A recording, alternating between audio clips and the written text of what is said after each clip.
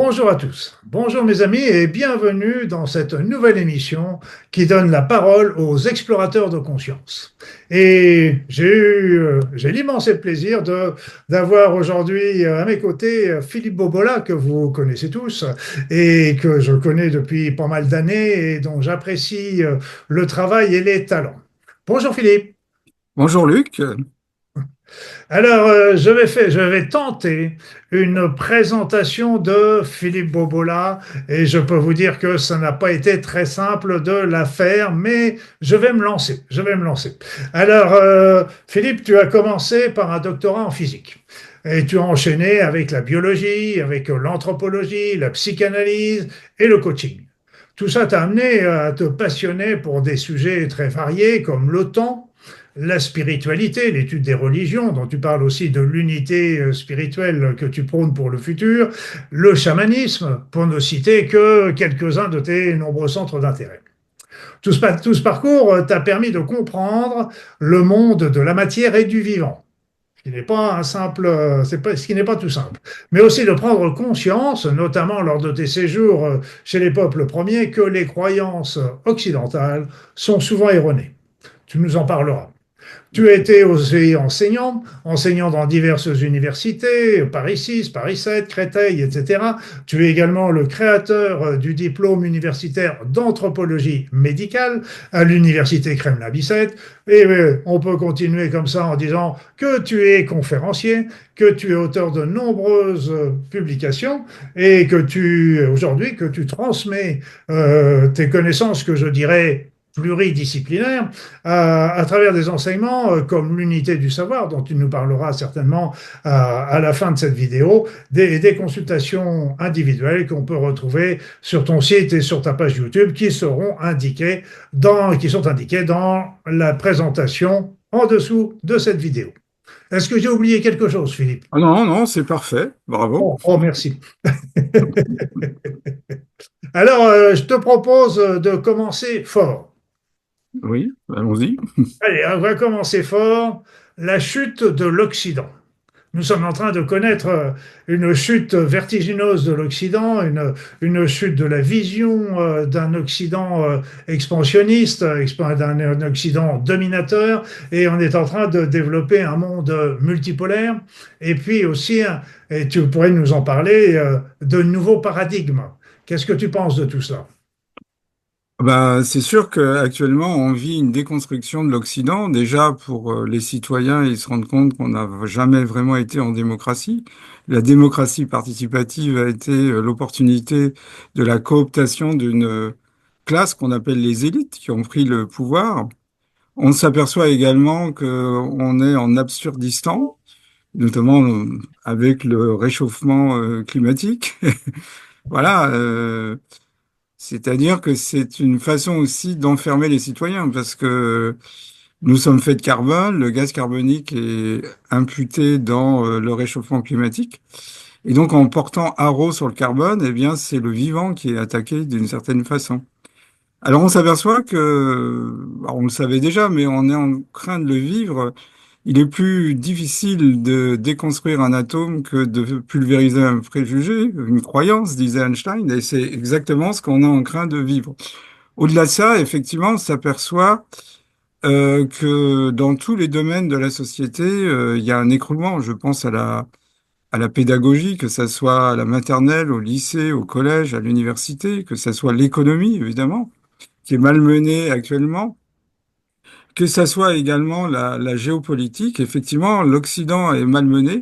Et l'Occident, d'une certaine façon, a régné au 18e, 19e, 20e.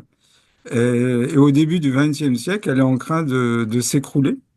De s'écrouler littéralement. Et peut-être ça nous amène à faire ce que Descartes appelait une tabula rasa, c'est-à-dire une déconstruction.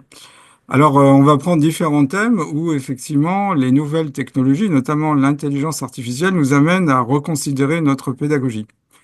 On a formé des, entre guillemets, spécialistes, des gens qui ont une maîtrise d'un savoir, mais arrive l'intelligence artificielle qui déterritorialise le savoir, c'est d'essence une approche pluridisciplinaire. Et donc, c'est la fin du spécialisme et de la spécialité. Et Georges Bernard Shaw avait déjà perçu ça parce qu'il disait, à force de connaître tout sur rien, il parlait des spécialistes, on finit par connaître rien sur tout. Ce qui est assez juste, voilà. Alors, ce que nous a montré cette crise, c'est que peut-être ceux qui ont eu la lecture la plus pertinente et rapidement, ce sont les autodidactes. C'est-à-dire des gens qui n'ont pas un parcours universitaire, on va dire, classique, mais qui sont animés par la curiosité. Et donc, ça a créé un concept nouveau qu'on appelle la cyberlittératie. Ce sont des gens qui ont été chercher sur les sites qu'on peut trouver sur le net des connaissances et les ont reliées les unes aux autres.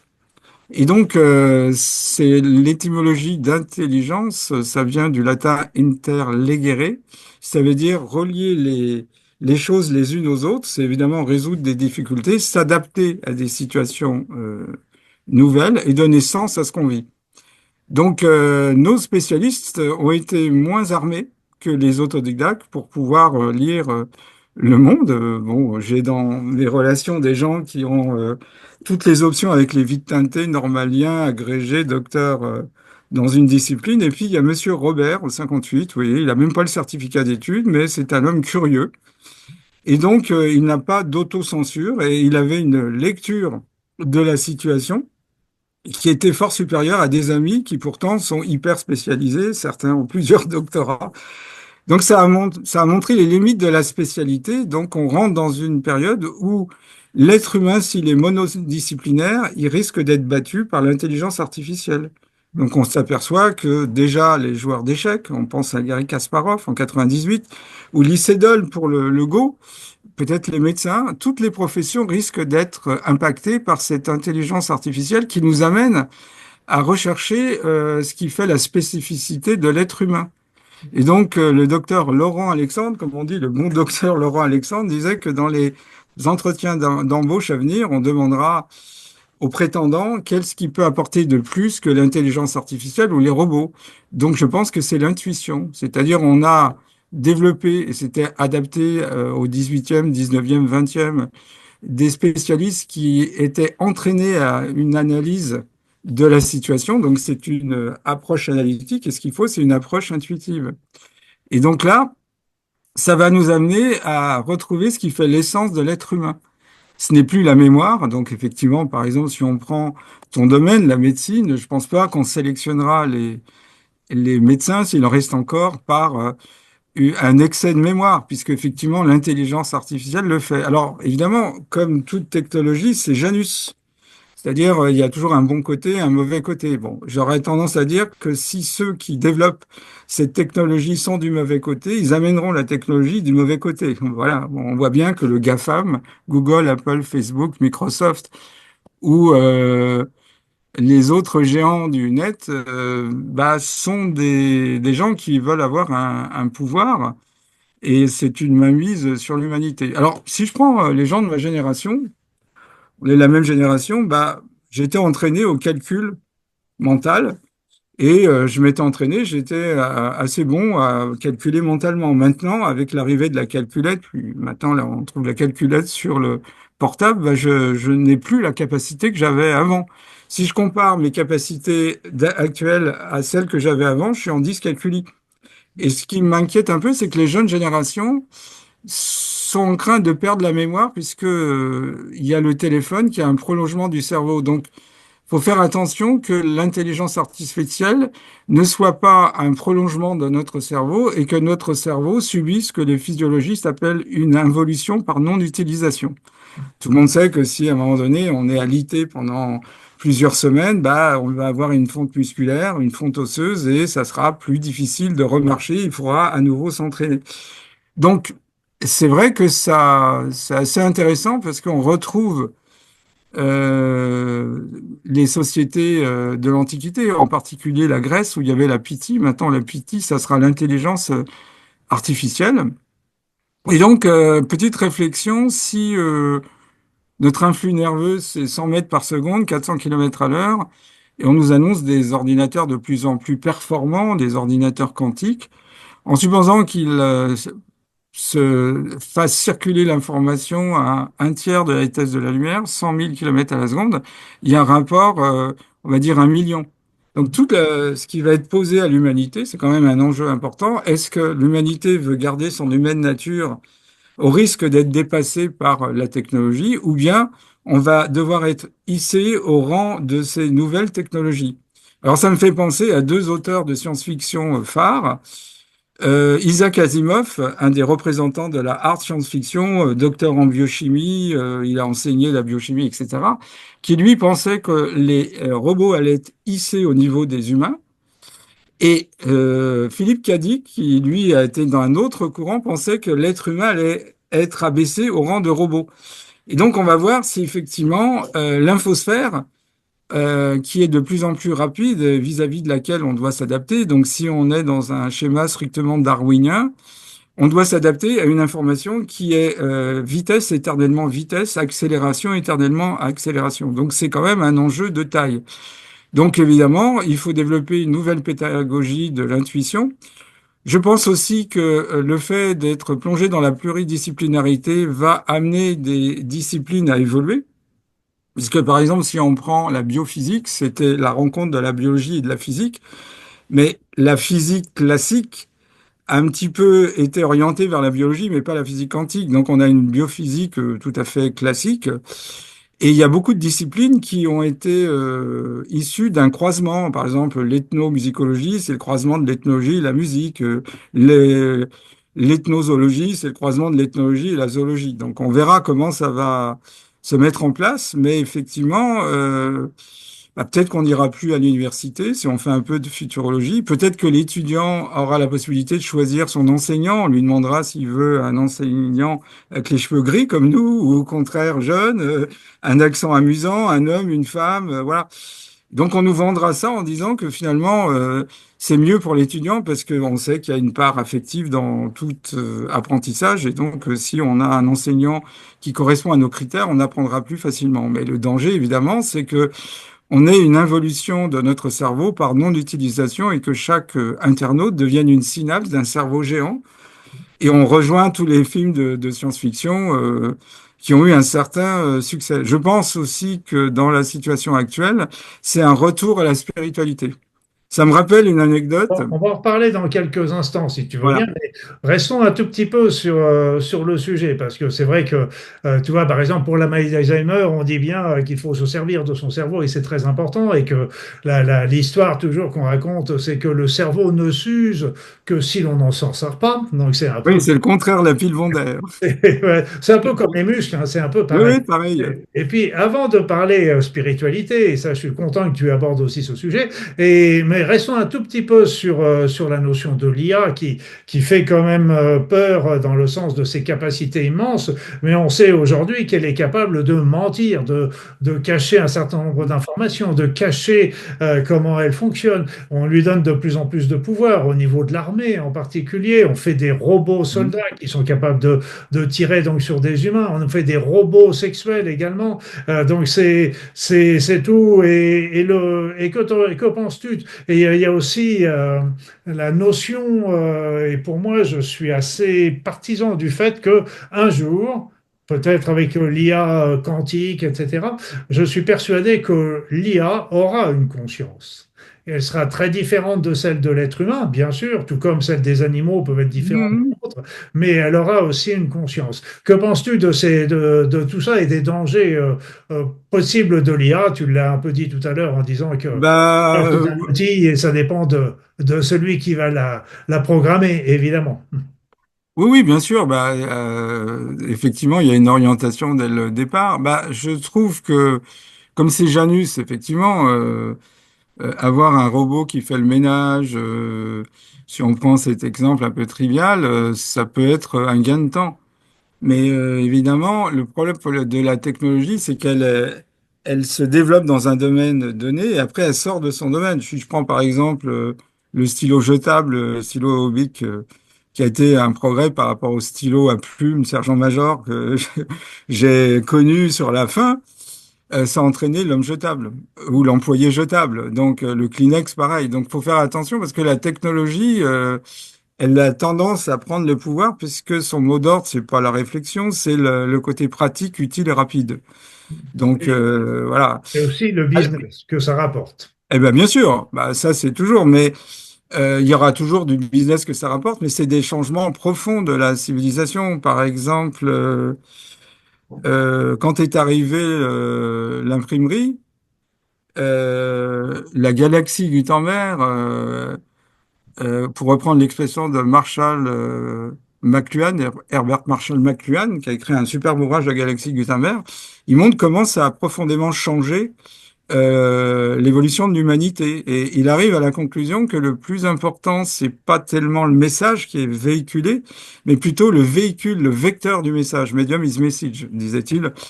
Donc,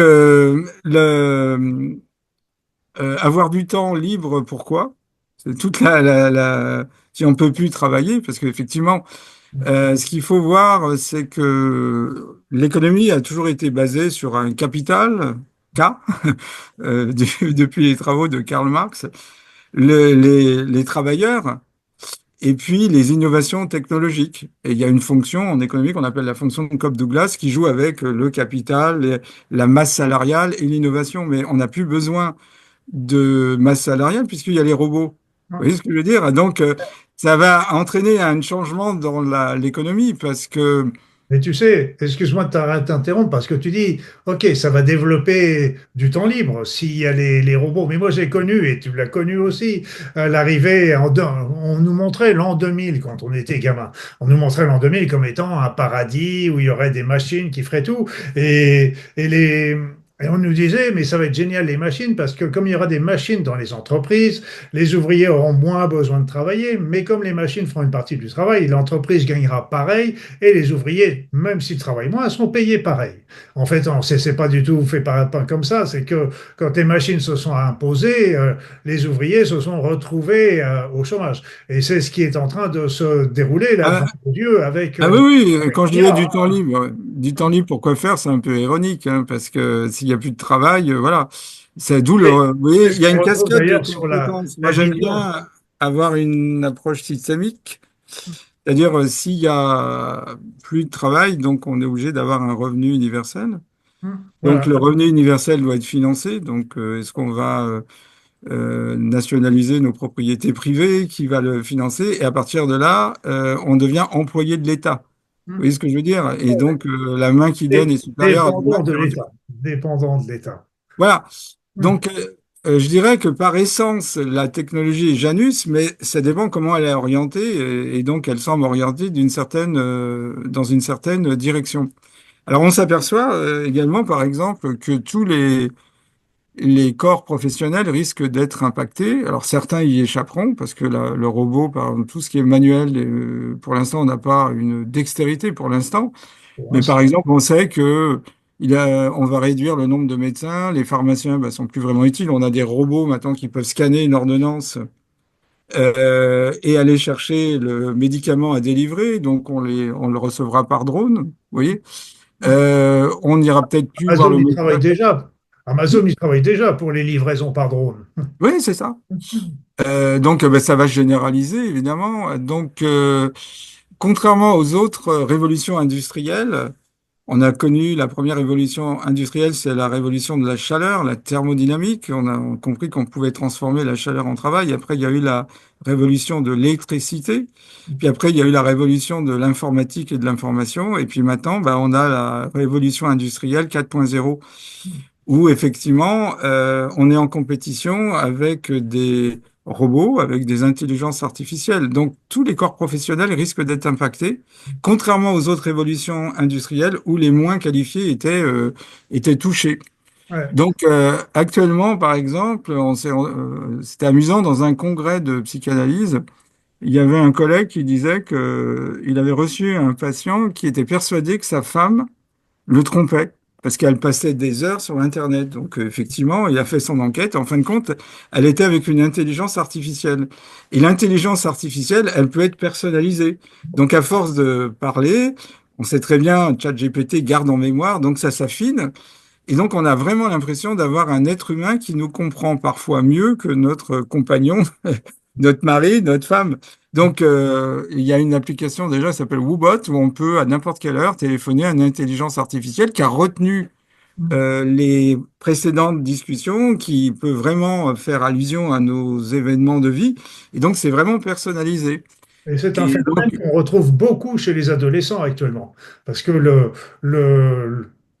chat GPT et autres sont vraiment les confidents et deviennent véritablement des amis et ils n'arrivent plus à faire la distinction. Pour eux, ça devient une personne avec le confident préféré et elle laisse tomber même les petits amis qui ne comprennent rien à côté de ça. Donc, c'est déjà, le phénomène est déjà très courant parmi les jeunes. alors, oui, oui, c'était déjà au Japon, on avait vu qu'il y avait des chiens électroniques qu'on devait nourrir, etc. Donc, eux avaient déjà pris le train en marche. Mais c'est vrai que le psychologue, le psychothérapeute est en compétition avec une intelligence artificielle qui est toujours calme, à qui on peut demander de l'aide à n'importe quelle heure de la nuit. Donc voilà, c'est un peu ça l'enjeu. Alors, je veux pas faire uniquement peur aux gens, ça dépend comment on l'utilise, mais pour l'instant, il faut être vigilant de savoir que l'intelligence artificielle va complètement changer le paysage du travail, puisque beaucoup de professions, alors suivant les auteurs, les économistes, on annonce 30 à 50% de disparition d'emplois, parce que effectivement, l'intelligence artificielle pourra, ou le robot, aisément remplacer. Bibliothécaire, ça va disparaître. Conseiller financier dans les banques, évidemment, guichetier, toutes ces choses-là vont disparaître. Donc, il faudra bien à un moment donné que les gens désœuvrés, on leur trouve une occupation.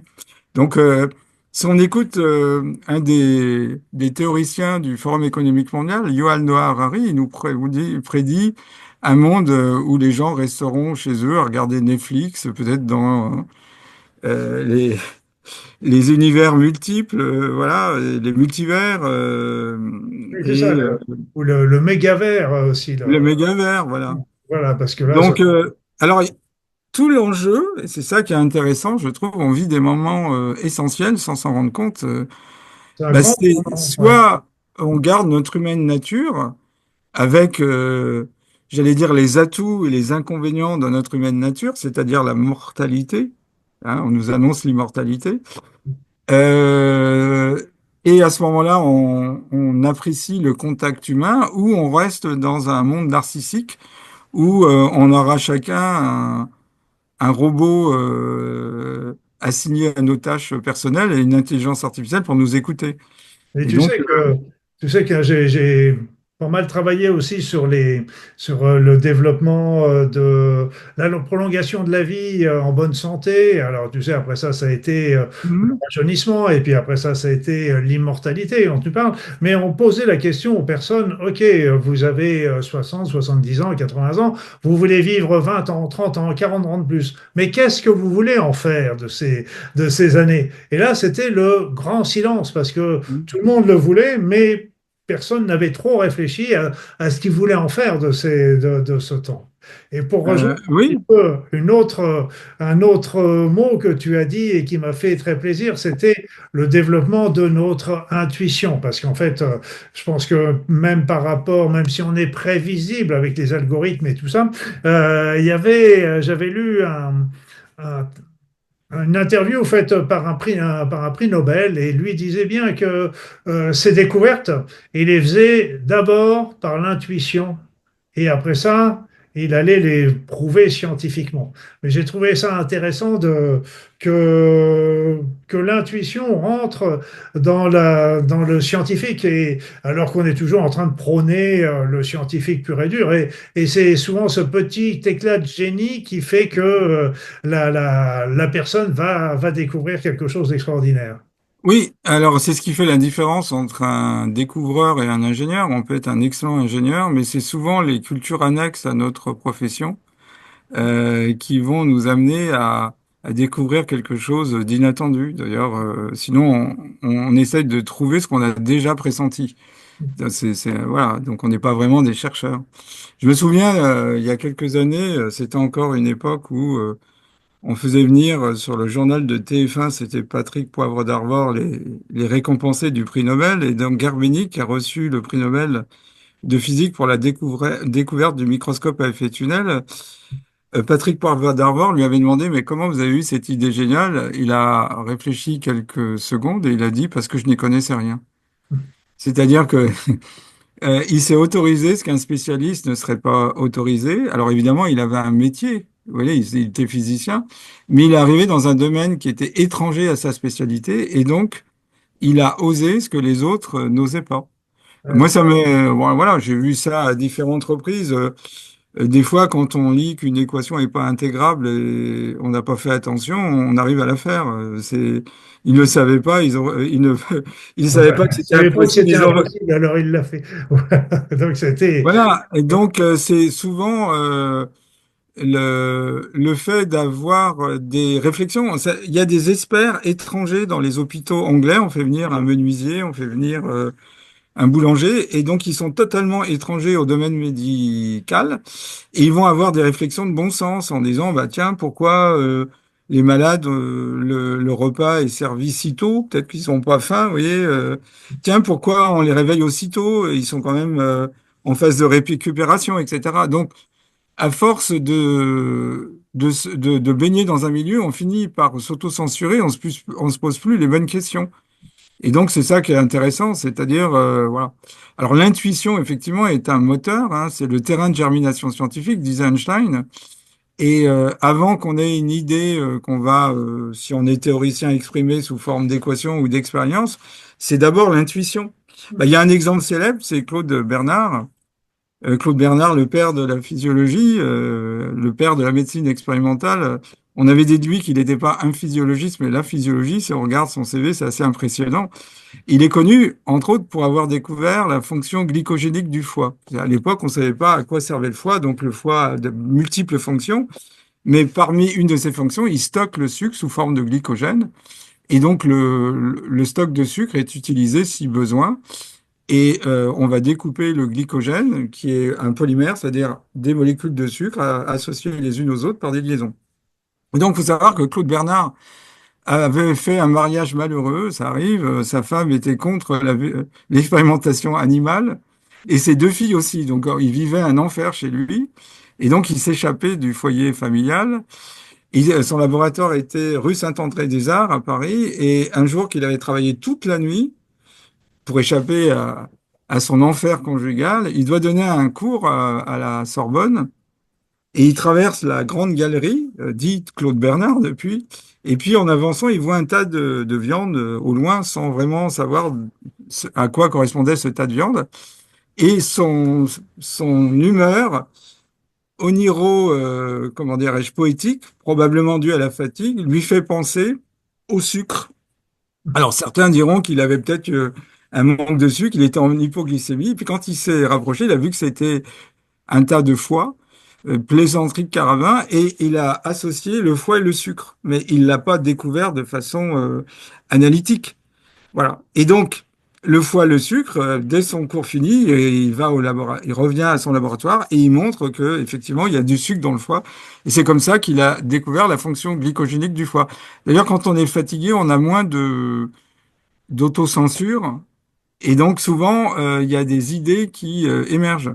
Alors ça a été une réflexion intense. Le mathématicien Henri Poincaré a écrit un livre sur psychologie de l'invention mathématique. Et bien que mathématicien, c'est un remarquable styliste. Il raconte qu'il butait sur un de ses problèmes, les fonctions fuchiennes. Et il n'arrivait pas à sortir de l'impasse de cette problématique. Il est parti faire une, euh, une promenade géologique à Nancy. Et à peine il a mis le pied sur le tramway qu'il amenait au lieu de rendez-vous, comme des bulles de champagne, il a eu la solution. Il savait qu'il l'avait, quoi. Il a fait sa sortie géologique, il est revenu et d'un seul trait, il a résolu son problème. Donc ça, souvent, il y a une maturation. On bute sur un problème, il faut avoir vraiment réfléchi. Puis à un moment donné, la solution nous vient soit dans les rêves, soit de façon spontanée, à un moment donné où on ne s'y attend pas. C'est-à-dire que comme Claude Bernard, qui avait vraiment vainement cherché la fonction du foie, bah à la fois la fatigue, le côté vagabond poétique qui l'a amené à trouver cette fonction glycogénique du foie. Il y a beaucoup de personnes qui disent qu'ils ont eu l'inspiration sous la douche, parce que la douche, on coupe un petit peu, Mais on va parler maintenant, si tu veux bien, tu l'as déjà évoqué, déjà avec la fonction glycogénique, avec le foie, parle-nous un peu de sa vision de la nouvelle médecine, avec la médecine, justement, et la biologie quantique, parce que, en fait, moi, ce qui me fait de la peine au niveau, en tant qu'ancien médecin, c'est que je la vois toujours raisonner avec la physique de Newton, alors qu'on est à la physique quantique. Et tu voilà, tu parlais des nerfs avec la vitesse de propagation des nerfs. Il y a aussi les hormones qui voyagent dans le sang. Mais tout ça, ça transporte des informations. Mais on sait aujourd'hui que il y a aussi une information qui se transmet d'un bout à l'autre du corps, en particulier avec l'ADN, avec des vibrations, et qui vont encore beaucoup plus vite que peuvent le faire les nerfs. Et donc tout ça, c'est tout comme la dualité onde-corpuscule avec ces hormones qui peuvent se transformer en, en énergie pour traverser des obstacles et reprendre leur forme structurelle matérielle une fois passée. Donc il y a tout tout un niveau que la médecine occulte, alors que euh, c'est quelque chose qui pourrait l'aider énormément à faire des grands pas, à mon sens. Ah oui, oui, bien sûr. Ben, on vit une période que j'appellerais le post-matérialisme. On s'aperçoit que la matière qui a été reine n'est pas suffisante pour comprendre le vivant. Si on prend l'exemple de la biologie, de la médecine, voilà.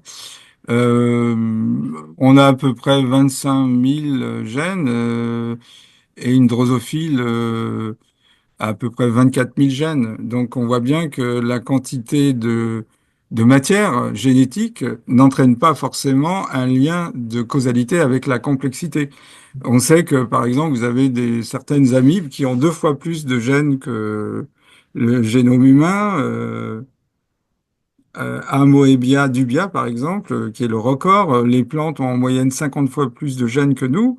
Donc, on abandonne l'idée que plus il y a de matière, plus c'est complexe, ce qui est un schéma darwinien complètement erroné, maintenant on le sait. Alors, bah, déjà en physique classique, pour un physicien, une molécule, c'est un dipôle électrique, ça émet des ondes électriques et magnétiques.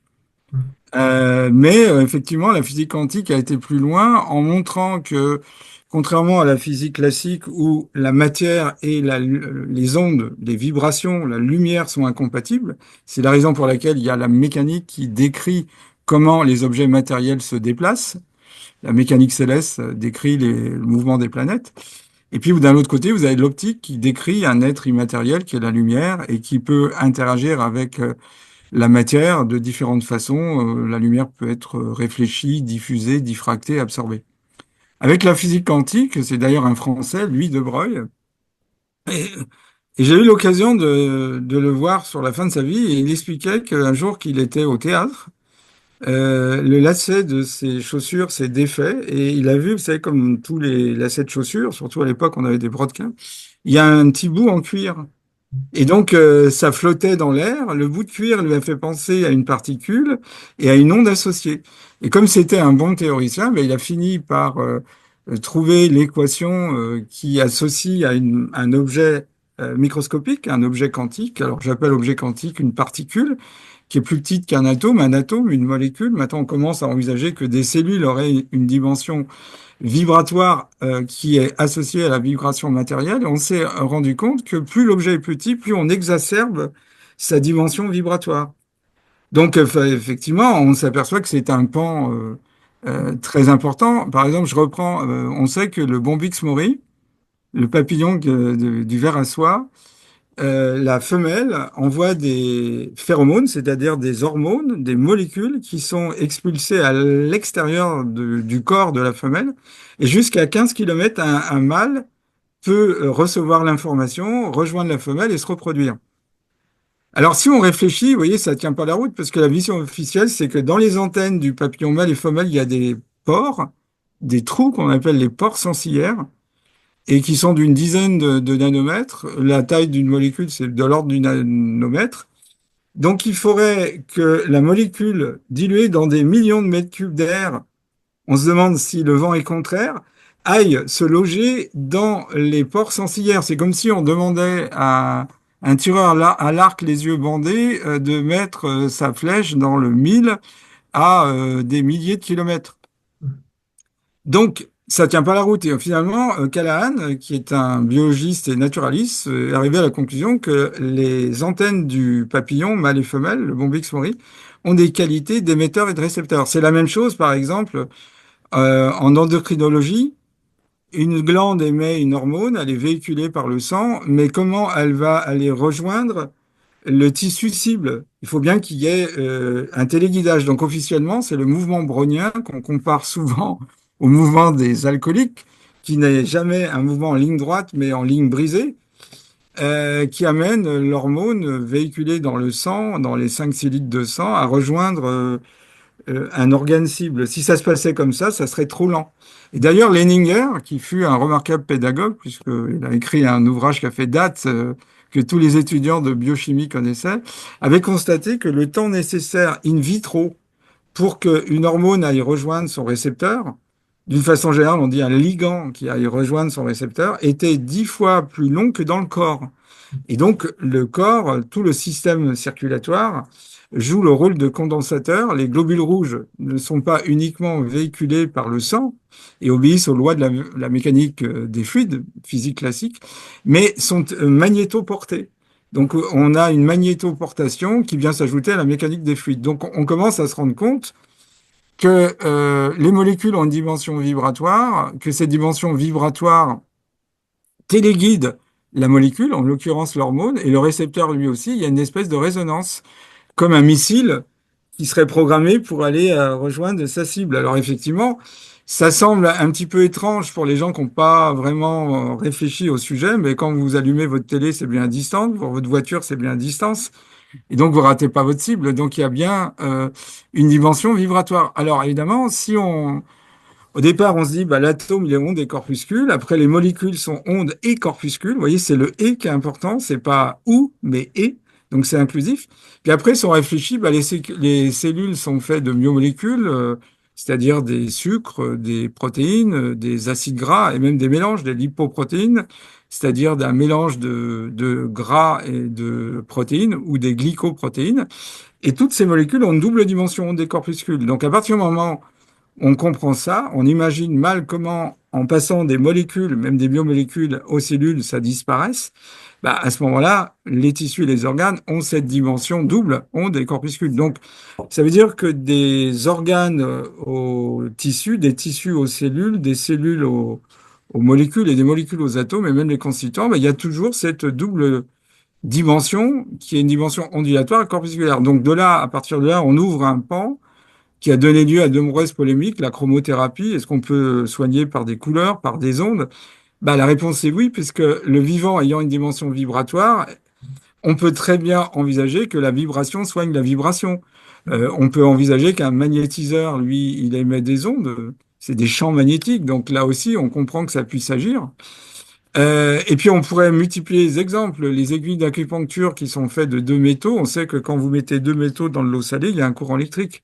Donc ce courant électrique, il est véhiculé par des guides d'ondes qui sont les méridiens et les points d'acupuncture. D'ailleurs, un point d'acupuncture, c'est un point biologiquement actif.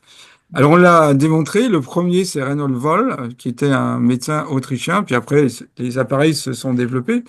Il s'était rendu compte que on peut raisonner en conductivité ou en résistivité. La résistance, c'est l'inverse de la conductivité.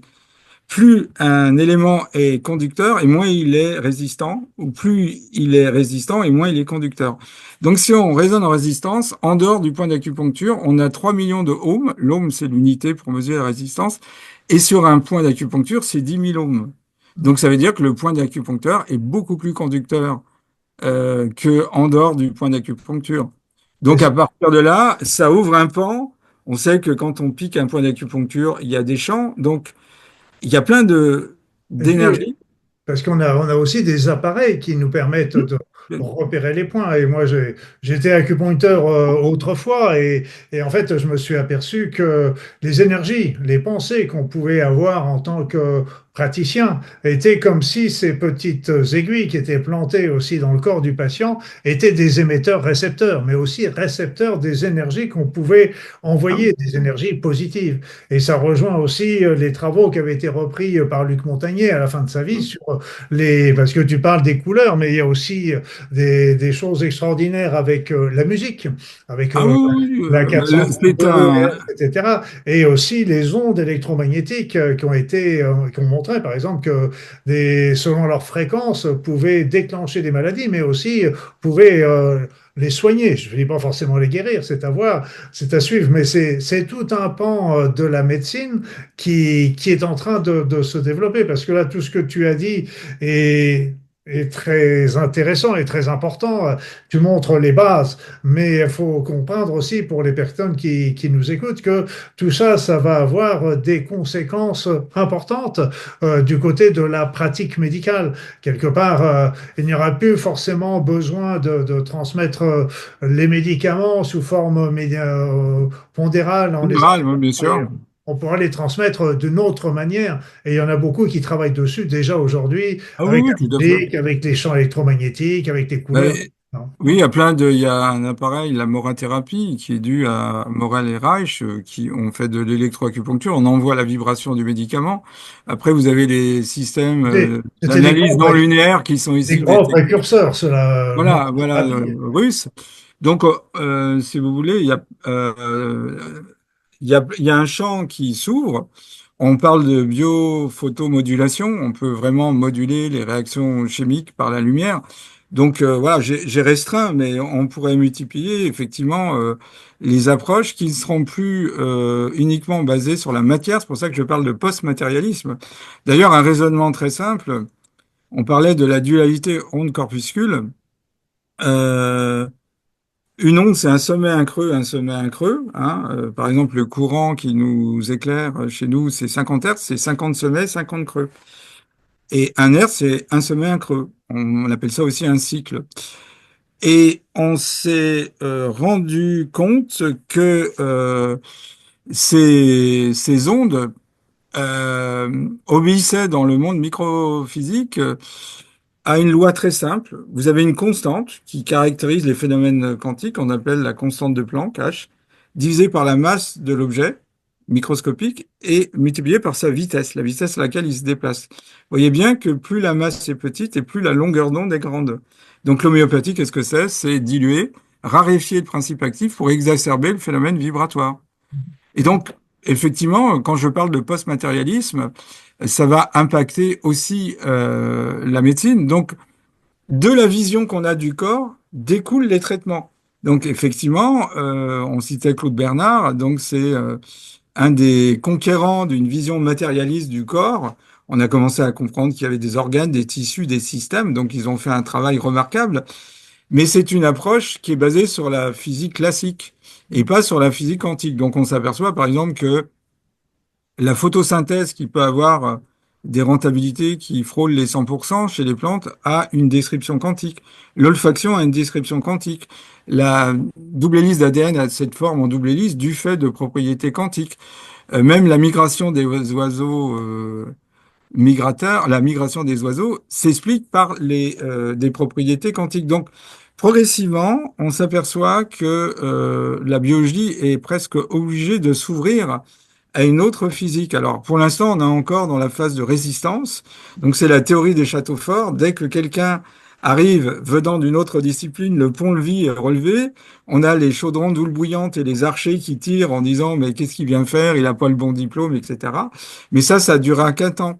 Et donc, je pense qu'on aura une autre vision du corps, la dimension énergétique du corps, tant décriée par la médecine allopathique, est remise dans la catégorie de l'ésotérisme, l'occultisme, la patamédecine, enfin tous ces termes qui ont été utilisés, prendra une autre dimension, parce que finalement, si on fait un raisonnement très simple, en considérant que chacun de nos atomes a une dimension vibratoire, si on faisait la somme des mini vibrations portées par chacun des atomes, on aurait autour de notre corps physique un corps vibratoire qu'on appelle le corps énergétique. Évidemment, je l'ai introduit qualitativement, il est beaucoup plus structuré, le corps physique, le corps éthérique, le corps astral, etc., etc.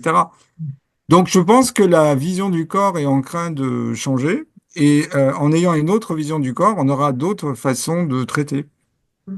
Oui, ce qui est dommage, mais bon, c'est ainsi va la vie, c'est que les découvertes en physique quantique ne sont pas anciennes, elles sont récentes. Quand je dis récent, ça veut dire que Einstein, c'était quand même il y a à peine un siècle, il y a un peu plus d'un siècle maintenant. Et malgré toutes ces révolutions qu'il y a eu au niveau de la physique quantique, ce n'est pas suivi, d'une part, en médecine, mais médecine, c'est qu'un épiphénomène, je dirais quelque part, c'est que cette physique quantique nous donne une vision de l'univers complètement différente de tout ce qu'on nous présente habituellement. Et quelque part, à travers ça, ça nous montre aussi que nous sommes tous reliés, grâce à la physique quantique le montre bien, et que nous formons un tout, un seul, une unité, une humanité. Oui, oui, ben on s'aperçoit qu'il y a une propriété quantique qu'on appelle l'intrication. Donc, quand on est en physique classique, si deux corps interagissent par la gravitation, tout le monde sait que plus on va les éloigner et plus l'intensité avec laquelle ils vont interagir diminue. En physique quantique, la distance ne compte plus, on parle de non-séparabilité, mais on a aussi une intrication dans le temps. Par exemple, le présent peut être intriqué au passé. Alors, la flèche du temps de la physique quantique est fort dérangeante, puisque finalement, notre bon sens vient de notre quotidien, et le quotidien est surtout régi par la physique classique, bien qu'on s'aperçoive de plus en plus que la physique classique s'ouvre à la physique quantique. Il y a des petits... Allez, compliquons encore un peu plus ces choses. On a prouvé également que le futur agissait sur le présent. Tout comme Oui, le, oui, tout à on sait fait. bien que le passé agit sur le présent, mais là, que le futur agisse sur le présent. Non, mais là, voilà, et on a même réussi à démontrer expérimentalement que si on interroge au présent une particule, on change son passé. C'est beaucoup plus perturbant. Donc, la flèche qui sous-tend la physique classique, c'est une droite avec une flèche au bout qui indique qu'il y a un écoulement unidirectionnel. On ne sait pas trop ce qui s'écoule, c'est ce que j'appelle une prison à roulettes. Ça coule et ça s'écoule, mais sans qu'on sache vraiment le moteur. Mais le temps, c'est une machine à transformer le présent en passé. Où est le passé? Est-ce qu'il y a un cimetière en passé? Est-ce que ce qu'on a choisi, qui a fait un présent, et on aurait pu prendre d'autres choix, reste en suspens? En tous les cas, ce que montre la physique quantique, c'est interroger au présent une particule, c'est prendre le risque de changer son passé. Et effectivement, le futur précède le présent. Donc les polarités passé, présent, futur peuvent interagir de façon classique, c'est-à-dire le passé fait le présent et le présent fait le futur, ou le futur précède le présent peut charger le passé et le présent peut interagir sur le passé. Donc, effectivement, ça donne raison à des psychologues comme Anne Ancelin-Schustenberger qui avaient vu qu'on pouvait souffrir de maux qui nous appartenaient pas. Et donc, c'est aussi l'objet des constellations familiales, de la biopsychogénéalogie, c'est de désintriquer, c'est-à-dire une personne qui est intriquée avec un membre de sa famille qu'elle parfois n'a pas connu et elle vit dans sa vie par intrication des choses qui ne lui appartiennent pas. Donc, et On puis, peut, on peut avoir aussi un phénomène qui peut nous être arrivé sans même que nous en rendions compte, parce qu'imagine que nous ayons pu changer notre passé, mais on l'a oublié. Et quand on vit le présent, on a l'impression que le passé qu'on a changé a toujours existé et que l'autre passé n'a jamais existé. Donc on tombe aussi dans la notion des possibles mondes, univers parallèles bah, en physique quantique, effectivement, les anglo-saxons appellent la physique des potentialités. Tout est potentialité. Il n'y a pas une position, mais un ensemble de positions. Il n'y a pas une vitesse, mais un ensemble de vitesses. Il n'y a pas une trajectoire, mais un ensemble de trajectoires. Il n'y a pas un futur, il y a un ensemble de futurs. Donc, c'est assez intéressant parce que finalement, on s'aperçoit que le cinéma a été une façon d'orienter les choix des futurs possibles. Je pense en particulier à certains films comme Matrix, etc. Quand on est dans une salle de cinéma noire, dans le noir, il y a une perméabilité psychologique. Alors ça me fait penser à la phrase de Rainer Maria Rilke qui disait «Le futur s'infiltre en nous longtemps avant son arrivée afin de s'y préparer une place». C'est-à-dire que on nous a ensemencé un futur possible, et donc quand on regarde certains films comme l'intelligence artificielle de Steven Spielberg, IA, ou Minority Report, ou certains films comme Matrix, évidemment, eh ben, c'est comme si on nous avait infiltré euh, des possibles qu'on a actualisés. Donc ça revient à ce que la publicité du Larousse, je sème et je récolte, je sème à travers les œuvres de fiction, que ça soit sur Netflix ou dans le cinéma, des futurs que je voudrais bien voir arriver parce ils font que je vais maintenir mon pouvoir. Et donc nous sommes les actualisateurs de futurs qui ont été saupoudrés dans notre esprit, dans notre conscient, inconscient, subconscient. Et dans tout ça, quelle est ta pensée par rapport aux personnes qui considèrent que nous vivons dans une simulation, Bah oui, enfin il y a plein de gens qui disent qu'on est dans une sorte de jeu de simulation, dans un mégavers en fait? Nous dans un sommes de mégavers. rêver de vivre, nous serions des avatars d'un joueur qui serait quelque part ailleurs. Bah, Ça rejoint Matrix, toujours. voilà, bah, le scénario, pour l'instant, on l'a pas vraiment démontré, sauf que j'ai lu des livres où des gens disent qu'ils ont vu des bugs dans la matrice et que ça irait dans ce sens. Et que les particules Je seraient n'ai pas de des preuves pixels. concrètes, mais en tous les cas, théoriquement, en physique quantique, il y a la possibilité d'univers parallèles. Si on revient à la santé, on actualise à chaque seconde sa santé. Donc c'est vrai que le rôle du médecin, c'est d'être un facilitateur pour que son patient puisse actualiser ses propres potentialités de guérison. Donc on peut être très malade, un peu malade, à l'article de la mort ou en bonne santé. Donc la, la physique classique nous déresponsabilise, la physique quantique nous responsabilise, c'est-à-dire qui a actualisé l'état dans lequel je suis. Ouais. Est-ce que c'est la faute à la société? Est-ce que c'est la faute à la génétique? Ou c'est moi qui, sans le savoir, a été actualisé une potentialité qui ne me convenait pas? Et c'est vrai il y a plein de gens qui ont réfléchi sur les guérisons dites miraculeuses et ils se sont rendus compte que la maladie qui aurait pu emporter les gens les a déviés d'une mort certaine puisqu'ils étaient sur une vie qui ne leur convenait pas. Et donc, un médecin avait demandé à des cancéreux euh, comment ils voyaient leur cancer et il disait, le cancer m'a sauvé la vie. Donc lui, au début, il comprenait pas. Il dit, non, vous voulez dire que vous avez risqué votre vie en ayant un cancer et que vous êtes guéri. Non, le cancer m'a sauvé la vie dans le sens où j'ai été mis entre parenthèses, ça m'a fait maturer. Donc certains ont quitté leur travail, quitté leur compagne, enfin plein de choses. Il y a eu des changements, ce qui fait que on pourrait dire en termes de potentialité, une maladie, c'est un futur inadapté pour nous, mais peut-être adapté à une personne. Et donc, ce qui est intéressant, c'est ce que j'ai été actualisé, je peux le désactualiser. Bien sûr, C'est-à-dire que si on part du principe que, comme en physique quantique, celui qui fait la mesure intervient par l'objet de son instrumentation, mais également par sa conscience, ce que j'ai construit, je peux le déconstruire. oui, parce que là, et ça rejoint un peu complètement ma vision basée sur d'autres faits, c'est que la maladie est un appel de notre être et pour les personnes qui entendent, comprennent le sens et acceptent de changer en fonction de ce sens, ça va les ramener vers la vie de leurs aspirations, de leur être. Et c'est pour ça que, et tu l'as dit très bien aussi, c'est que ce ne sont pas les médecins qui guérissent, les thérapeutes, etc.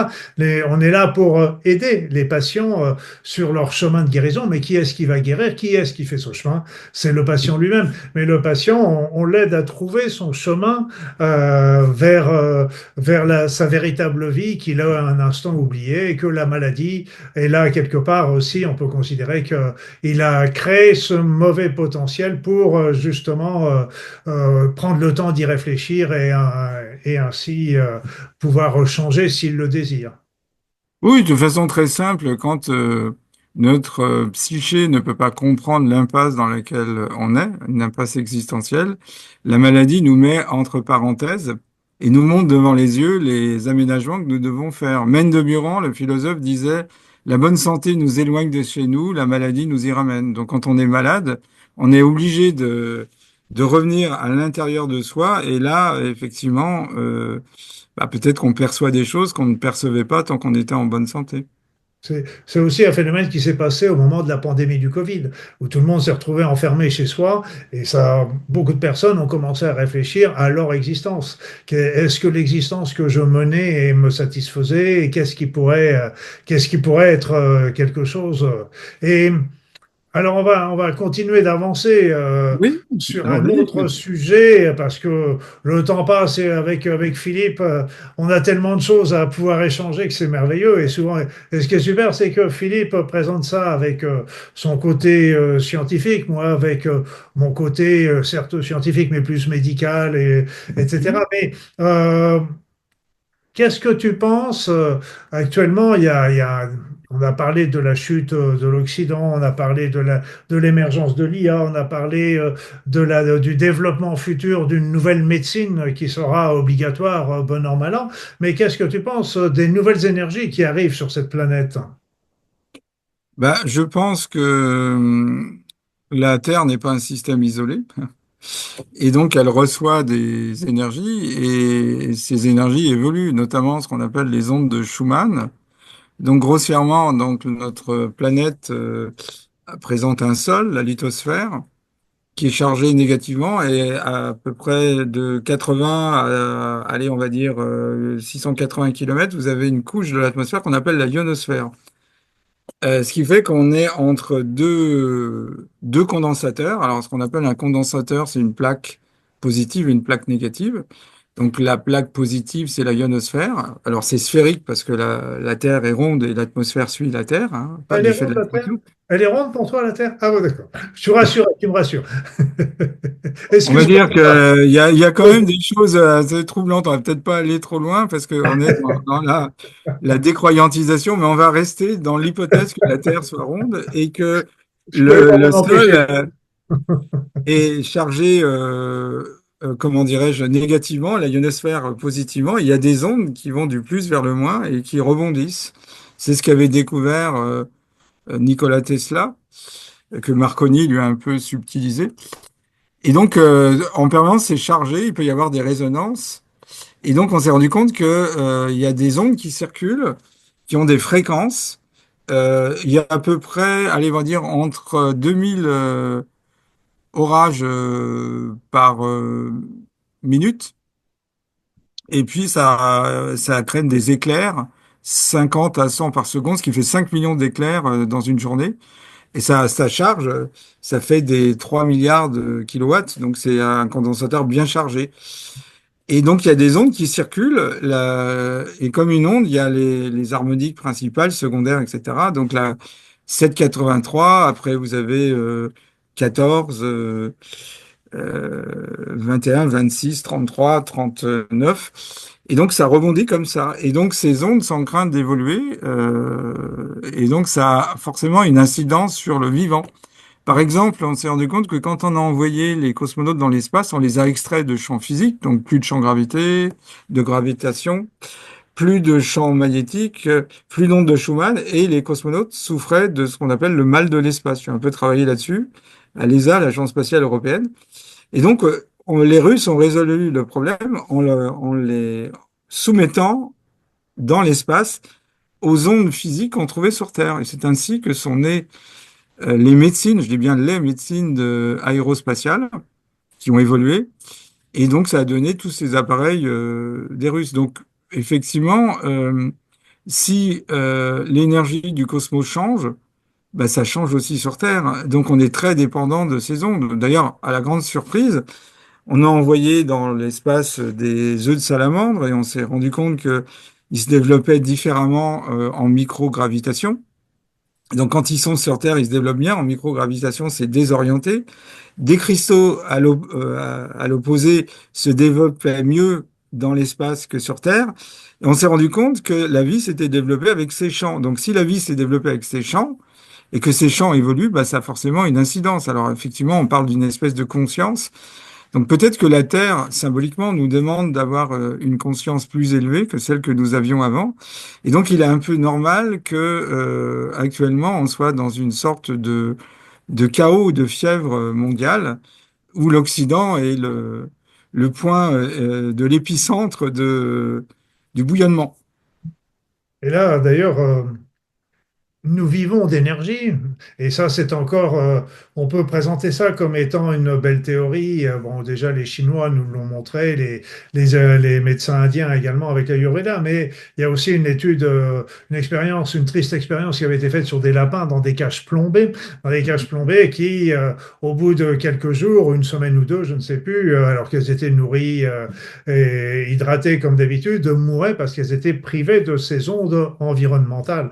Et en fait, ces ondes environnementales sont importantes pour notre vie, mais aussi si elles montent en fréquence, si elles changent de fréquence, eh bien, ça va aussi obligatoirement, comme on l'avait vu tout à l'heure, nous sommes faits de vibrations, nous sommes des êtres vibratoires, et chaque organe, chaque particule est vibratoire. Donc, si les vibrations qu'on reçoit sont de fréquence plus élevée, ça va avoir aussi des répercussions sur nous et sur tous nos différents corps que Ah tu oui, oui, bien sûr. Bah, les ondes du cerveau, on sait que elles sont calées sur les ondes du cerveau. Il y en a les ondes bêta, c'est entre 25 Hz et 12 Hz, et puis alpha, c'est entre 12 et 7 Hz, et puis après vous avez 7 et 4, c'est l'onde θ, delta.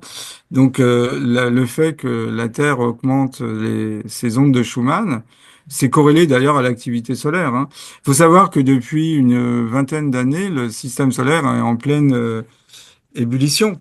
Vous voyez, le champ magnétique des planètes géantes a augmenté son volume 2 fois. Donc voilà, la Terre se met à l'unisson de tout ce qui est en train de se passer. Alors il y a plein de mythes, notamment chez les peuples dits traditionnels. Il est dit que du centre de la galaxie, il y a une onde qui part et qui balaye tout ce qui n'est pas en accord avec le principe créateur. Donc effectivement, il y a nécessité de se rehausser. On peut dire que nous sommes le corps du système nerveux que constitue la Terre. Il y a des courants qui circulent, hein. Les peuples traditionnels, d'ailleurs, décrivent des circulations qui sont dues au cosmos. Chez les Indiens Kogi, ils font référence à un espace couplé au nôtre qu'ils appellent Aluna. Et donc, il y a des lignes qu'ils voient, d'autres qui sont invisibles. Et c'est pareil pour les aborigènes australiens, etc. Donc, il circule sur la surface de la Terre des énergies. D'ailleurs, vous avez des études qui ont montré que ça obéit au solide platonicien. Il y a 60 points fondamentaux qui correspondent comme en acupuncture les maîtres points. Et donc, comme par hasard, bah, on trouve le lac Titicaca, la pyramide de Gizeh, etc., qui sont des points nodaux de cette grille énergétique. On peut parler de grille énergétique. Donc, on sait aussi que la Terre est un être vivant, ou quasiment vivant, pour reprendre l'expression de Jeff Lovelock. Donc, il y a des évolutions au niveau de ces ondes. Donc, effectivement, l'humain qui vit en interaction avec les ondes qui circulent sur Terre et qui viennent du cosmos ne peut que évoluer puisqu'il doit s'adapter à ces ondes. Ils évoluent très bien, mais les humains ont tendance un petit peu à freiner leur propre réception ou leur propre évolution à cause justement des croyances ou des éléments qu'on leur a fournis depuis l'enfance et qui, même la science a souvent été sur des bases qui étaient théoriques, qui a servi pour avancer dans la découverte, dans les découvertes, mais Ah oui, oui. en médecine qui sont souvent erroné, malheureusement. Bah, disons que c'est incomplet, c'est-à-dire vouloir décrire le monde uniquement en termes vibratoires, bah, c'est incomplet, et vouloir le décrire en termes uniquement matériels, c'est aussi incomplet. Donc c'est la rencontre des deux, de la matière et de la vibration, qui fait qu'on a une vision beaucoup plus juste. Bah, sans la lumière, on verrait pas la matière, et la lumière a besoin de la matière pour être mise en valeur, réfléchie, diffusée, diffractée, absorbée. Donc matière et lumière forment un couple complémentaire. Donc, on est tout à fait dans la philosophie de la physique quantique, où Niels Bohr, un des pères fondateurs de la physique quantique, disait que les opposés, quoi de plus opposé à la matière que l'immatériel, la vibration, ne sont pas contradictoires, mais deviennent complémentaires. Ce que montre la physique quantique, c'est un principe de complémentarité. Et donc, c'est d'ailleurs comme ça que Niels Bohr a appelé cette dualité onde-corpuscule un principe de complémentarité. Donc, l'onde est le complément de la matière et la matière est le complément de l'onde. Donc, effectivement, l'Occident, qui a basé tout son développement sur la maîtrise de la matière, la technologie, la science, se trouve un petit peu désorienté puisqu'on passe d'un monde matériel qui est arrivé à bout de course et on rentre dans le post-matérialisme. Donc, il y a plein de physiciens, de biologistes, dans pratiquement tous les sujets, on s'aperçoit que on a atteint les limites du monde matériel. Et donc, pour beaucoup de gens, la disparition de la matière est aussi perturbante que la perte de la vie ou la ruine de la cité, parce que pour eux, le mot vie résonne avec matière. Vous voyez ce que je veux dire? La matière, qui est tangible, est associée à réalité. Je crois ce que je touche. Je crois ce que je vois. Donc le monde invisible, bah, qui est un monde que les peuples traditionnels, les civilisations qui nous ont précédés, ont toujours intégré dans leur modélisation du monde. Il n'y a pas une société traditionnelle où il n'y ait pas, au monde de la réalité ordinaire dans lequel nous vivons, un monde qu'on appelle le monde de la réalité non ordinaire, qui est invisible. Et donc, il faut deux mondes couplés, un monde invisible et un monde visible. D'ailleurs, ça amène une réflexion simple en physique. Quand vous avez une même grandeur à des valeurs différentes, bah, il se passe quelque chose. Quand vous avez une source chaude et une source froide, il y a un transfert thermique. Quand vous avez une charge plus et une charge moins, vous avez un champ électrique qui va du plus vers le moins. Quand vous avez une différence de pression, il y a aussi quelque chose qui se passe. Bah, il faut qu'il y ait deux espaces-temps. Ça nous amène au temps. Donc, un espace-temps invisible et un espace-temps visible. Donc, les temps s'écoulent à des vitesses différentes. C'est comme si on avait introduit une différence de densité d'écoulement du temps et donc il se passe quelque chose. Donc, peut-être que la physique à venir, elle a plusieurs évolutions à faire. La première, c'est que on n'a pas une physique de l'information. La vie, c'est matière, énergie, information. C'est assez difficile de définir l'information.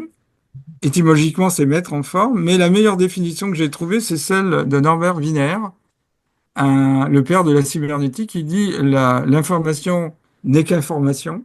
Elle n'est ni masse ni énergie, mais néanmoins, elle a besoin de cette matière et de cette énergie pour être véhiculée. Je prendrai l'exemple du conducteur dans une voiture. Il y a la voiture qui est le véhicule et le conducteur qui donne à la voiture sa direction. Et on ne confond pas le véhicule avec le conducteur. Le conducteur, c'est l'information qui va donner la direction à la voiture, qui est à la fois de la matière et de l'énergie quand elle roule, puisque c'est de l'énergie cinétique. Donc, en France, on a un médecin biophysicien qui s'appelle Henri Atlan, qui a commencé à développer une biologie de l'information, mais c'est un début. On n'a pas une théorie de l'information vraiment suffisamment développée en physique. Donc, dans les années à venir, il faudra qu'on ait une théorie de l'information et il faudra peut-être qu'on reconsidère notre paradigme sur le temps, puisque effectivement, un des grands cryptages de l'humanité, c'est d'avoir été enfermé dans un temps unique, unidirectionnel, qui s'écoule à vitesse régulière. C'est un peu la vision qu'avait Newton, puisqu'il définit le temps comme un temps vrai, absolu, mathématique, et qui s'écoule en lui-même et de par lui-même à vitesse régulière.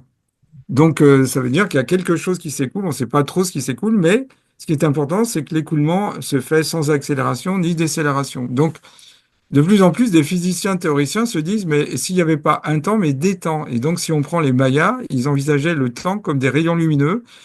Il y avait 13 temps ou flèches du temps et des glyphes, 20 glyphes, et chacun arrivait à trouver ses glyphes.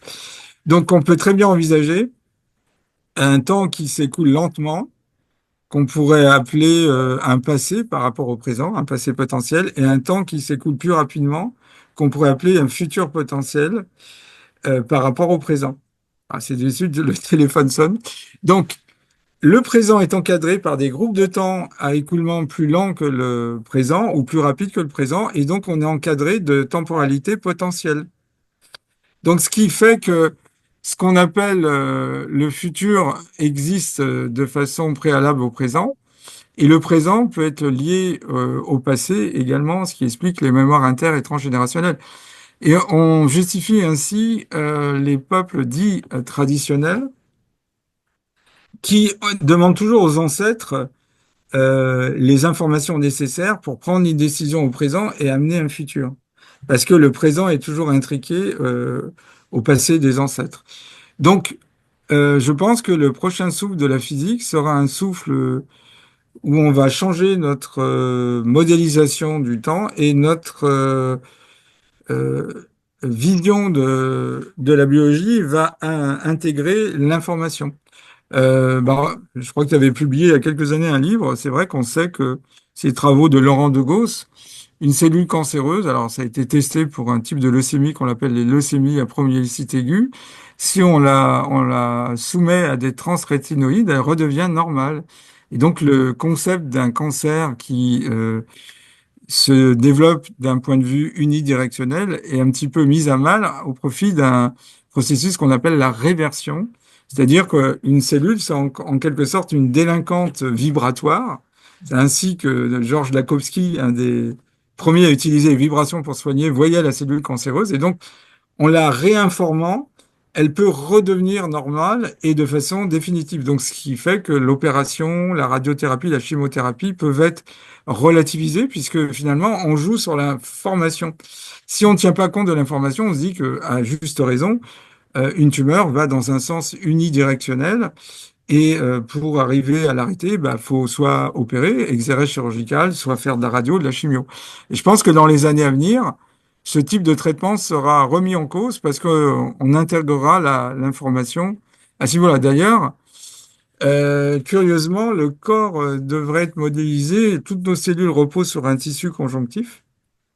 Et donc, la définition même de la vie est erronée, parce si on regarde un livre de biologie, on nous dit que la cellule, c'est l'unité fondamentale du vivant, c'est la plus petite portion de matière qui puisse vivre isolée et puis qui puisse se reproduire. Et donc, on oublie que la vie, c'est la cellule et le tissu conjonctif. D'ailleurs, cellule, ça vient du latin cellula, c'est la cellule de moine. Mais il y a le tissu conjonctif est essentiel à la vie.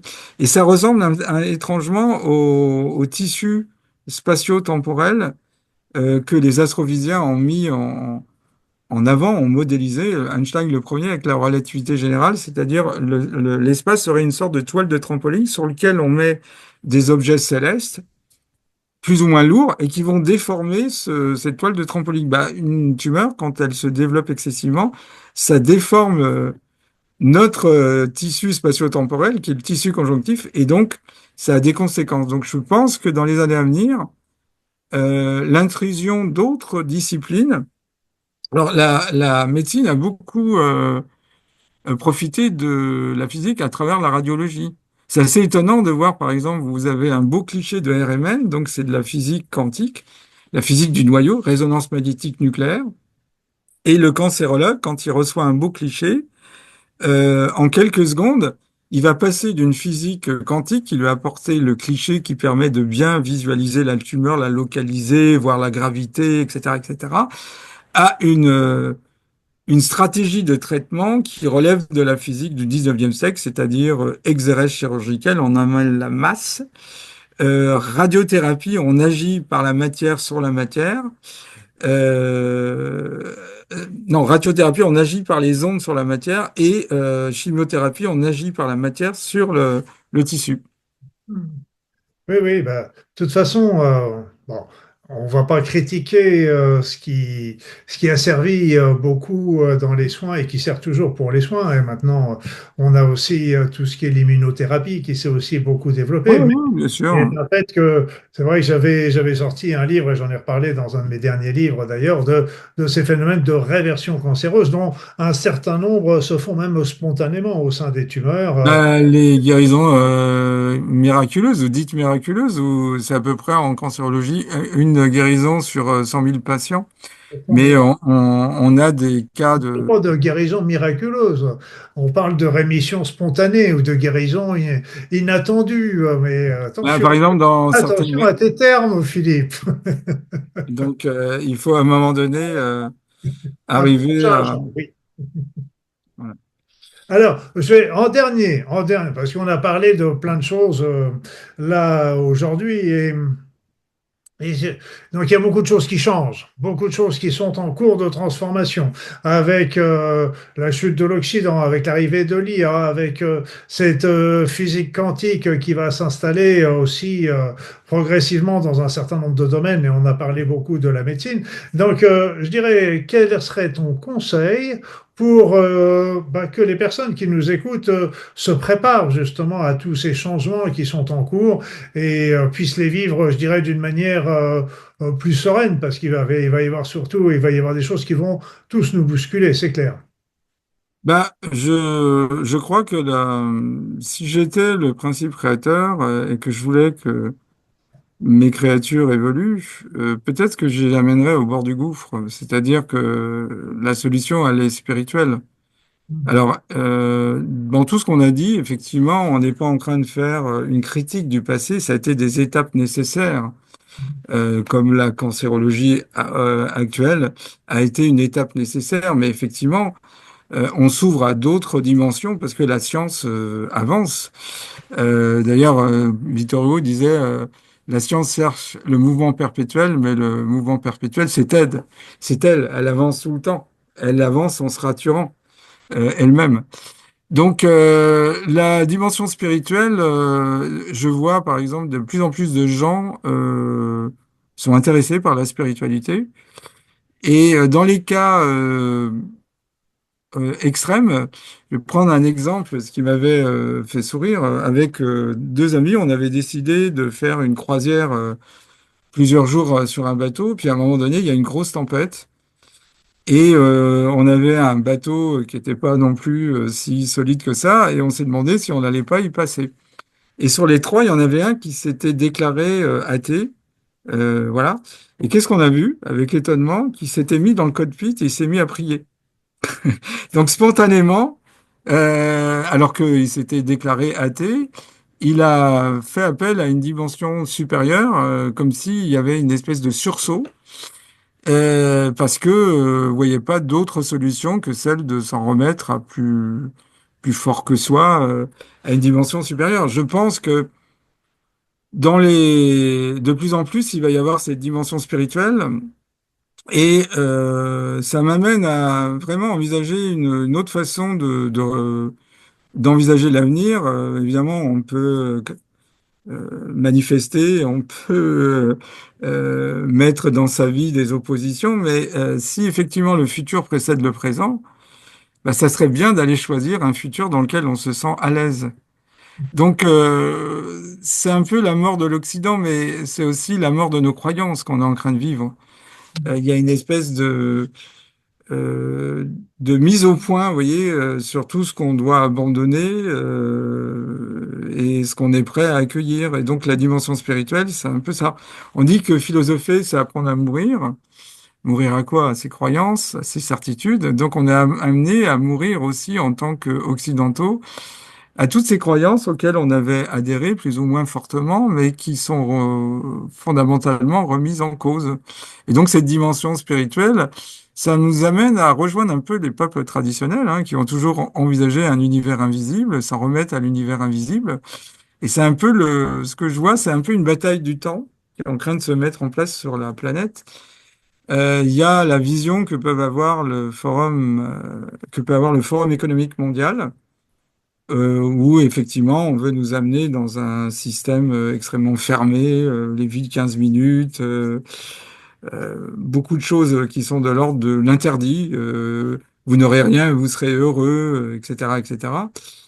Et puis de l'autre côté, il y a des gens qui ont envie de maintenir le lien avec ce qui a fait l'humain, le contact, le groupe, l'humaine nature, etc. Et c'est un peu ça qui est en train de se faire entre le passé de l'humanité et puis un futur qui est complètement coupé du passé. Parce qu'effectivement, on voit bien qu'on arrive à des choses assez curieuses. Parce que une des conséquences euh, du fait qu'on n'a pas un temps mais des temps, c'est que nous avons tous un double.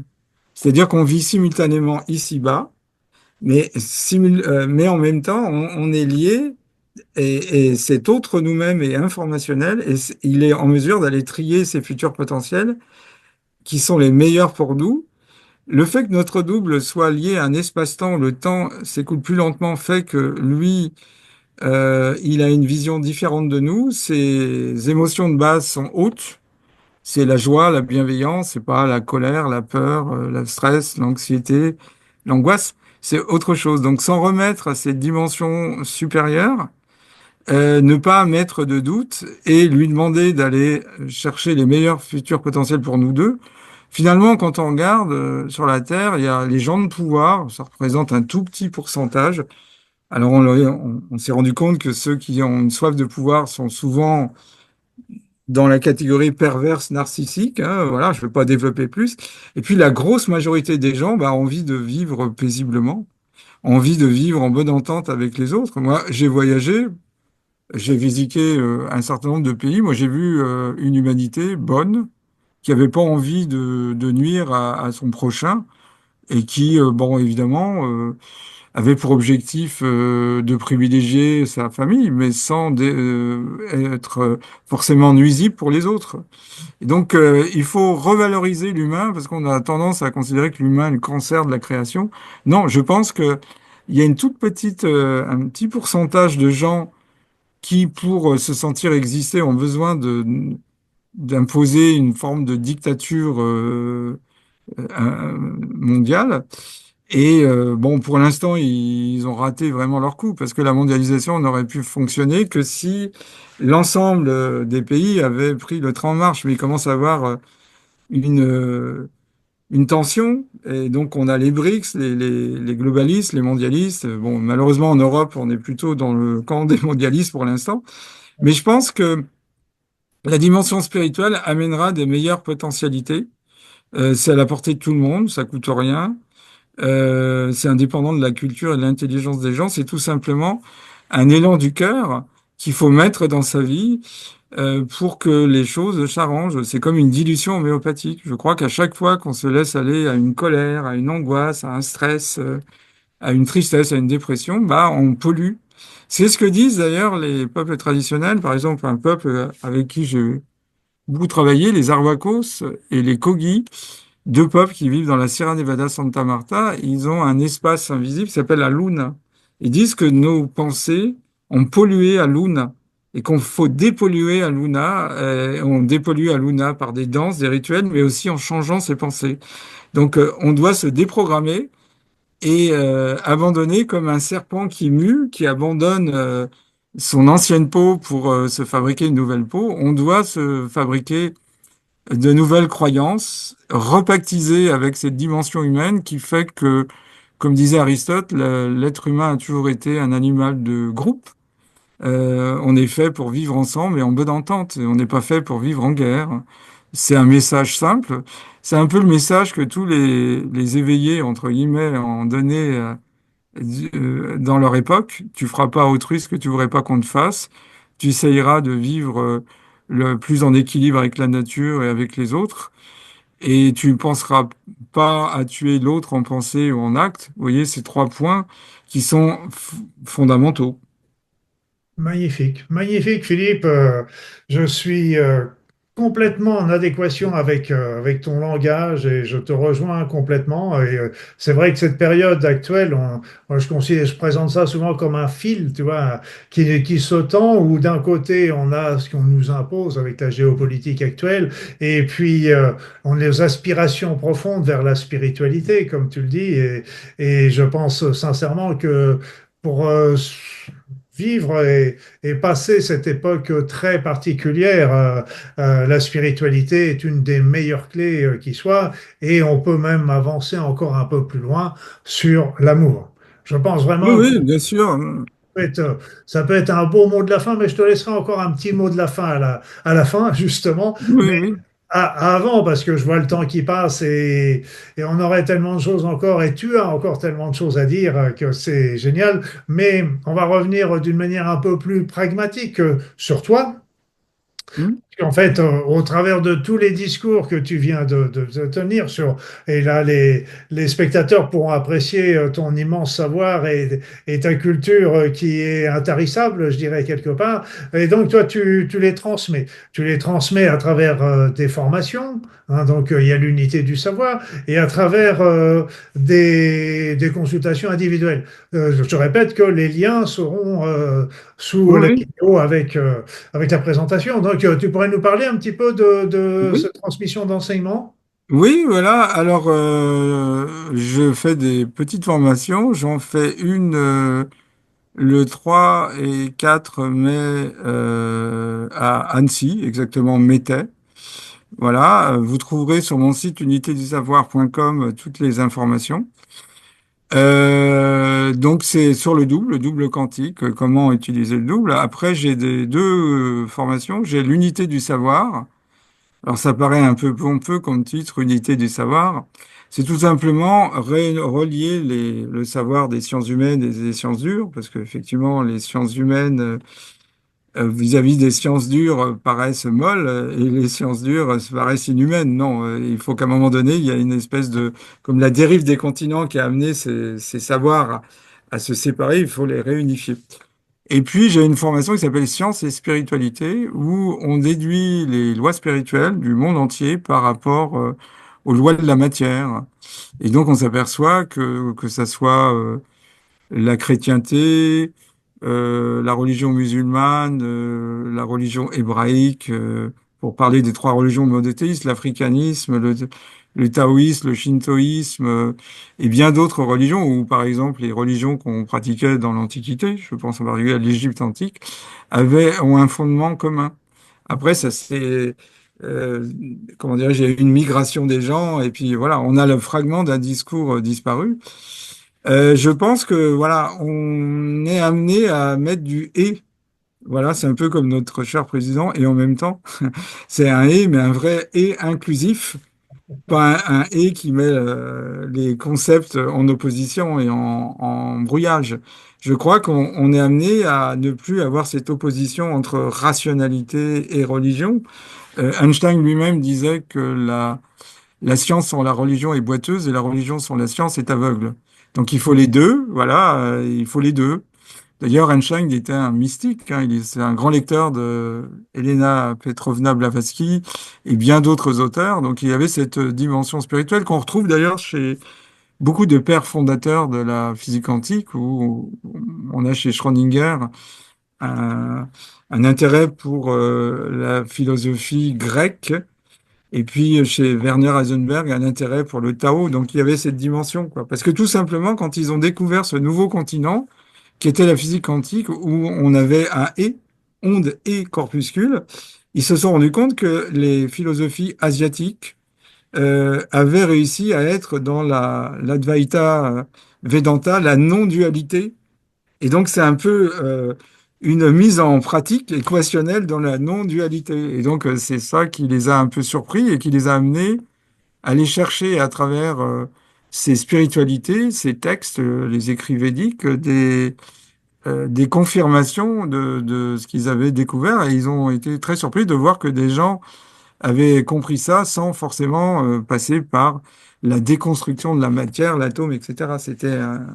Voilà. Et je pense que plus les années vont venir, moi je le vois, il y a beaucoup plus d'intérêt pour la spiritualité. Et il y en aura de plus en plus. Et peut-être c'est notre arme à nous, chaque citoyen, de mettre dans ce monde de bruit et de fureur, comme dirait Shakespeare, de la spiritualité très simple. Hein, voilà, parce que un paysan peut avoir, à travers l'amour qu'il a de ses bêtes, son champ, une forte spiritualité. Moi, j'ai dans une formation une agricultrice qui est vraiment dans une approche mystique avec sa ferme, ses animaux, etc. Donc c'est ça aussi. Hein, la spiritualité, c'est être en lien avec la nature. C'est ce lien intense. D'ailleurs, ça me rappelle une petite anecdote quand j'avais rencontré les Yawanawa, qui est un peuple qui vit dans la forêt amazonienne du Brésil. Pour arriver à rentrer, aller plus loin dans la communauté Yawanawa, on m'a posé une seule question. J'avais le droit à one shot, comme on dit. Il m'a demandé de décrire en un mot mon monde. J'ai dit disharmonie. Et leur monde, c'était harmonie. C'est de retrouver, l'homme doit retrouver sa place dans la nature. Il est la conscience du monde minéral, animal et végétal. Et donc, il doit avoir une espèce de stabilité intérieure, d'harmonie. Parce que finalement, quand on regarde le monde, il est harmonieux. Un autre peuple, les Ojibwe, considère que le créateur du monde, qui s'appelle Kinché Manitou, qui a donné le grand Manitou, a créé le monde beau, C'est important. La beauté est un moteur de l'évolution quand on regarde les papillons, les fleurs.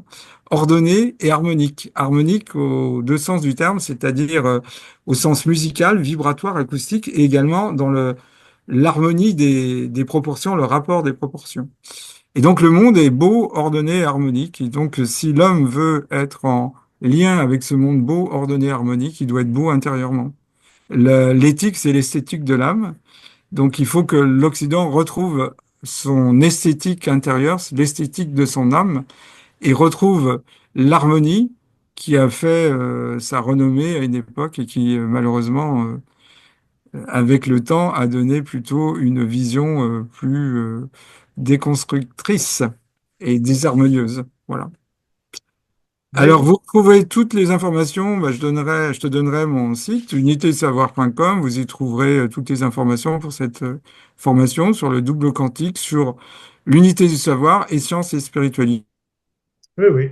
J'ai bien noté ton. Ah, est-ce que c'est pas coupé? Voilà ce que je propose, plus Je après me des la- conférences. Allô? Est-ce que tu me Ah, reçois? Ah oui, oui, c'était un peu coupé là. Oui, oui, bah écoute, de toute façon, tout ça, ce sera bien inscrit sur la présentation en dessous, comme tout à l'heure. Et je pense qu'on peut en rester là, mon ami Philippe. ah, oui, bah, avec plaisir. Les Ça a été les très. derniers Tu m'as phrases. donné l'énergie pour être, On voilà. pourrait continuer bien longtemps, c'est clair. Mais je pense que là, les dernières phrases que tu as dites sont magnifiques et je pense qu'on peut rester Oui, oui. sur ces pensées, si tu es d'accord. Ah oui, oui, tout à fait, tout à fait. Ok. Voilà, bah, écoute, à l'occasion, il faudrait qu'on refasse un autre dialogue sur les Oh thèmes bah, retenus.